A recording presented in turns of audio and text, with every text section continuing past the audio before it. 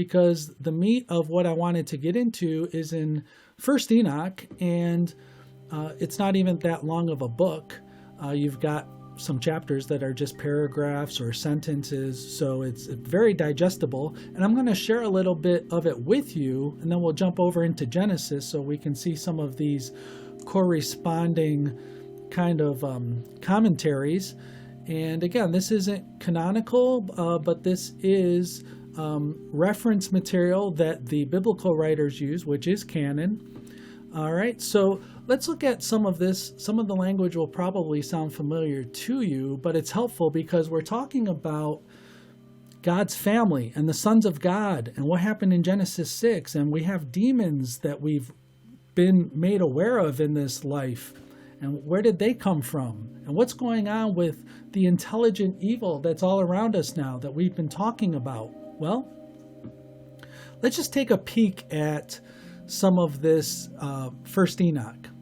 All right, and I will jump out of it here shortly, and then we'll look at some more scripture and just try to connect some dots here. So chapter 6 in First Enoch, it says, and it came to pass when the children of men had multiplied, that in those days were born unto them beautiful and comely daughters.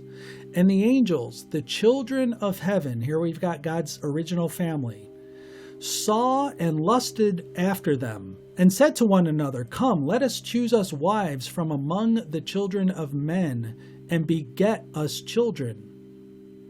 So there is a leader, I think his name is pronounced Semjaza, with an S, Semjaza, who was their leader.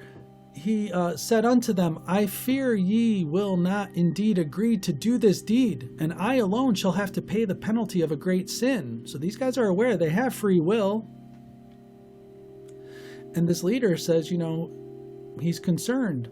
And he says, and they answered him and said, Let us all swear an oath and all bind ourselves by mutual imprecations, not to abandon this plan, but to do this thing. They're going to do this thing.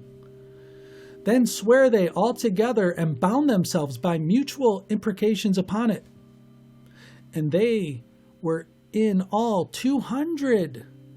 So we've got a number 200 recorded here, who descended in the days of Jared on the summit. This is very important, on the summit of Mount Hermon. And they called it Mount Hermon because they had sworn and bound themselves by mutual imprecations upon it. And it lists the names. It says these are the names of their leaders. I won't go through all of them, but it says that these are their chief of tens, or their chiefs of tens. So you've got 200. So they were chiefs of tens. From the heavenly host, rebellion against the Most High with mankind. So let's just jump down and look a little bit deeper into this. And all the others together with them took unto themselves wives, and each chose for himself one, and they began to go into them, or unto them, and to defile themselves with them.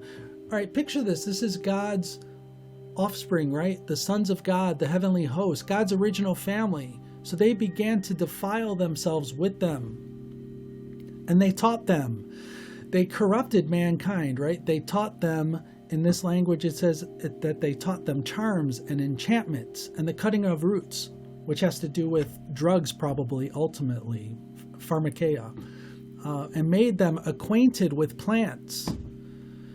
And they became pregnant, and they bare great giants, which the Bible tells us about in Genesis. That's why I'm sharing this with you. Right? Some of you know about this already, but some of you don't. So I'm sharing that with you and with us so that we can stay in the truth. As far as referencing the truth, this is outside of the Bible, but it actually validates the Bible. So it's talking about giants, that they bear great giants.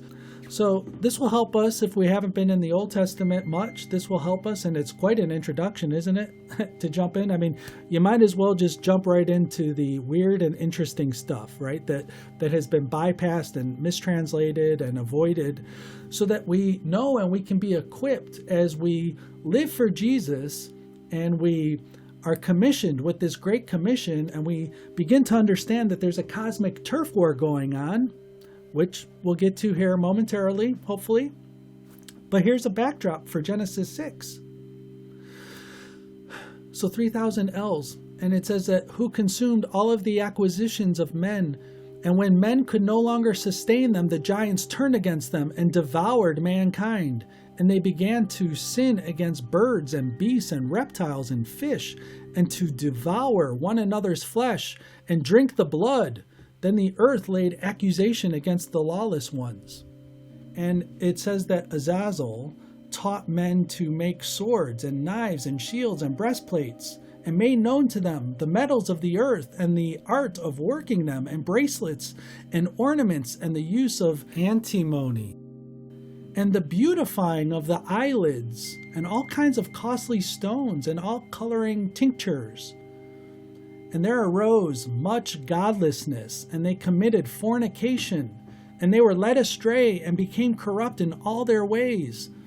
And Semjaza taught enchantments and root cuttings. So these sons of God, get the picture.